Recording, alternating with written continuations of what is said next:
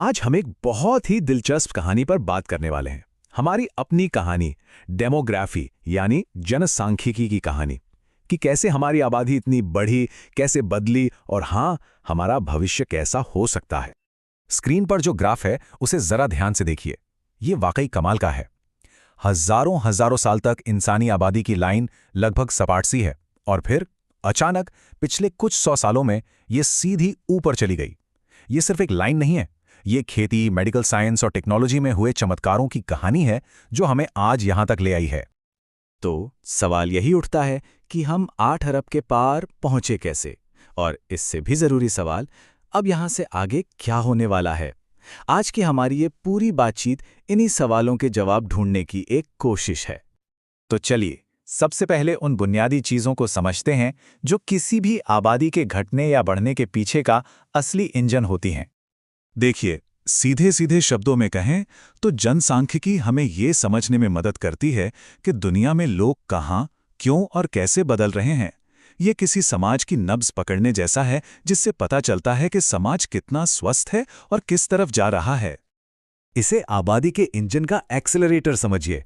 किसी देश में जन्म दर जितनी ज्यादा होगी, मतलब उतने ही नए लोग आबादी में जुड़ रहे हैं और आबादी की रफ्तार बढ़ रही है।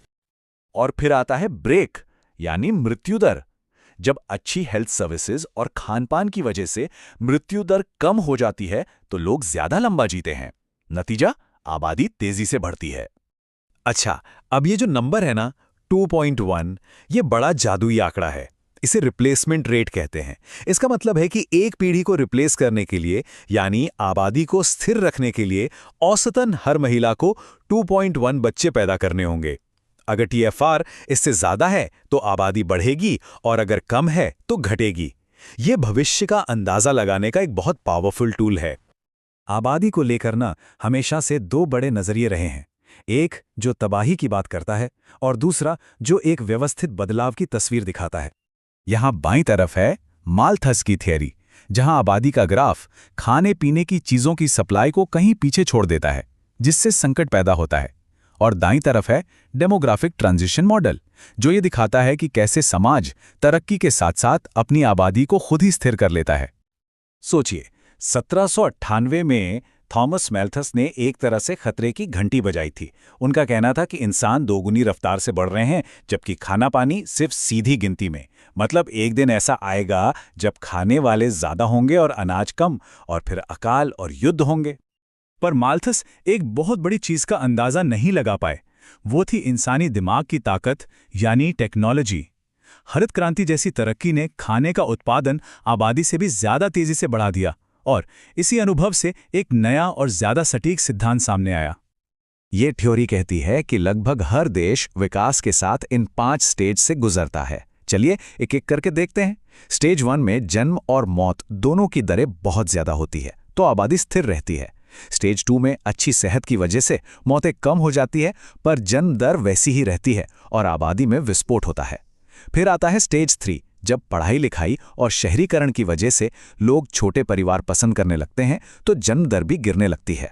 स्टेज 4 में जन्म और मौत दोनों की दरें कम हो जाती हैं और आबादी फिर से स्थिर हो जाती है।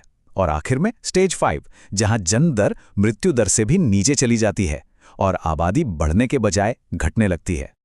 आइए अब इस पूरी थ्योरी को दुनिया के सबसे ज्यादा आबादी वाले देश भारत के उदाहरण से समझते हैं।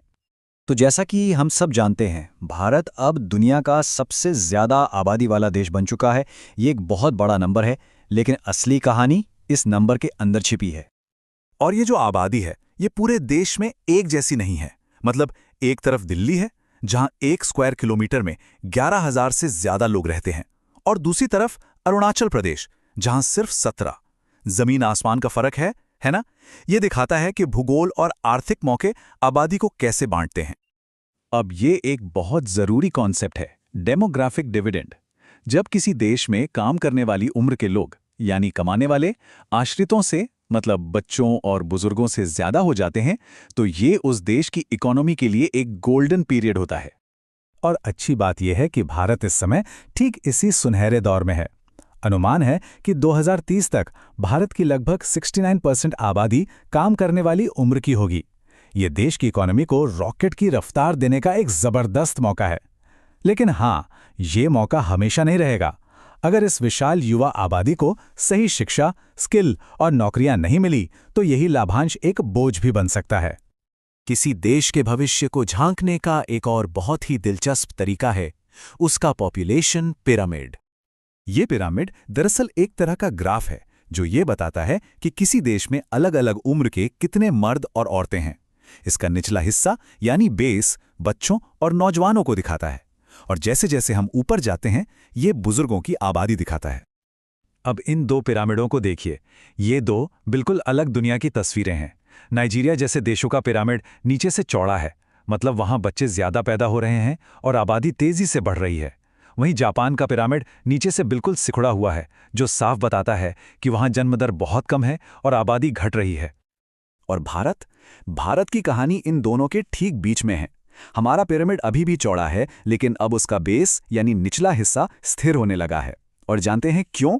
क्योंकि भारत की टोटल फर्टिलिटी रेट अब 2.0 पर आ गई है, जो 2.1 की रिप्लेसमेंट रेट से भी कम है। यानी भारत अब तेजी से स्टेज 3 से गुजर रहा है। और जब TFR रिप्लेसमेंट रेट से नीचे चला जाता है तो ये तय है कि देश आगे चलकर स्टेज 5 में जाएगा, एक ऐसा स्टेज जहां कुल आबादी बढ़ने की बजाय घटने लगती है। दुनिया के कई अमीर देश इस स्टेज में पहले ही पहुंच चुके हैं। Japan, Germany, Italy, south Korea, ये सब देश अब एक बिल्कुल नई तरह की चुनौती का सामना कर रहे हैं। बढ़ती नहीं बल्कि घटती हुई आबादी की चुनौती। तो यहां आकर एक बहुत बड़ा और दिलचस्प सवाल खड़ा होता है। सदियों से हमारी सबसे बड़ी चिंता ओवर पॉपुलेशन की थी कि दुनिया में बहुत ज्यादा लोग हो जाएंगे, पर अब ऐसा लग रहा है कि शायद अगली सदी की सबसे बड़ी चुनौती अंडर पॉपुलेशन की हो सकती है, यानी जरूरत से कम लोग। इसी सवाल के साथ हम आज की बात खत्म करते हैं। सोचिएगा जरूर।